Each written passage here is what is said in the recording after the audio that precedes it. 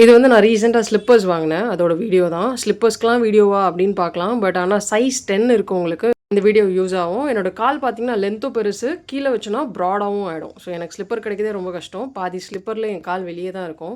ஆன்லைனில் எனக்கு மீஷோவில் மட்டும்தான் என்னோட சைஸ்க்கு ஸ்லிப்பர் கிடைக்கும். மோஸ்ட்டாக 9 தான் வாங்கிட்டு இருப்பேன். 9 பார்த்தீங்கன்னா 42 சைஸ். அது வந்து கொஞ்சம் கால் வெளியே வந்திருக்கும். இது வந்து 10 சைஸ். ஸோ இது அவைலபிளாக இருக்கோன்னே நான் 2 ஸ்லிப்பர்ஸுமே வாங்கிட்டேன். ஒரு பேரோட விலை பார்த்தீங்கன்னா 300. ஸோ 2 பேர் சேர்த்து எனக்கு ஒரு 600க்குள்ளே தான் ஆச்சு. இதே ஸ்லிப்பர் நான் கடையில் போய் வாங்கினேன்னா ஒரே ஒரு பேர் தான் இருக்கும். அது உங்களோட சைஸ் வந்து ரொம்ப கால் பெருசு.